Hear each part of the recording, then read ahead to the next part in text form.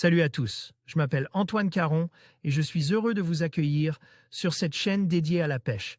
Ici, je partage des astuces sur la pêche, le choix des appâts et des leurres, et j'aide également les débutants. Abonnez-vous pour rester toujours au courant. Et maintenant, passons au sujet du jour. Présentation de la super cordelle. La super cordelle est un long ver marin originaire d'Asie. Un ver qui mesure en moyenne 50 cm et qui pourrait dépasser les 2 mètres. Son corps est cylindrique avec une queue plus fine.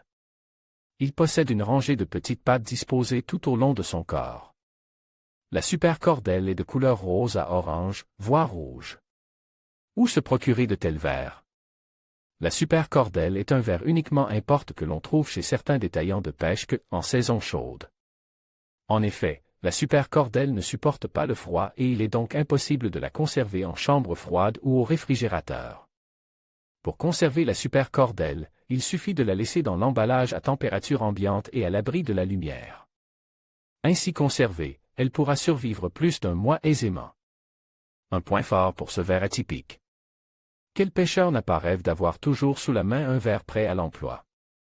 La super cordelle a cet avantage indéniable.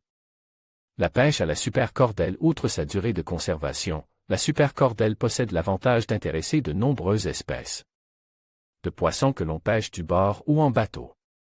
Elle est employée en long tronçon pour la recherche d'esparides, sarres, dorades, du bar au loup.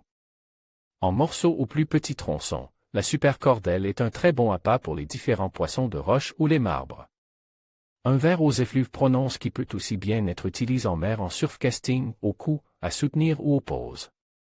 C'est un ver robuste qui tient très bien à elle, hameçon et supporte des lancers appuyés. La super cordelle est un ver marin qui supporte les différences de salinité et peut donc être utilisé pour pêcher en eau douce. Pour couper des morceaux, il faut d'abord commencer par la queue afin de conserver le ver vivant encore plusieurs jours.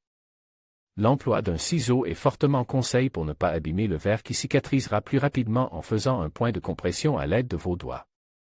Retrouvez les différentes façons d'écher un ver ici.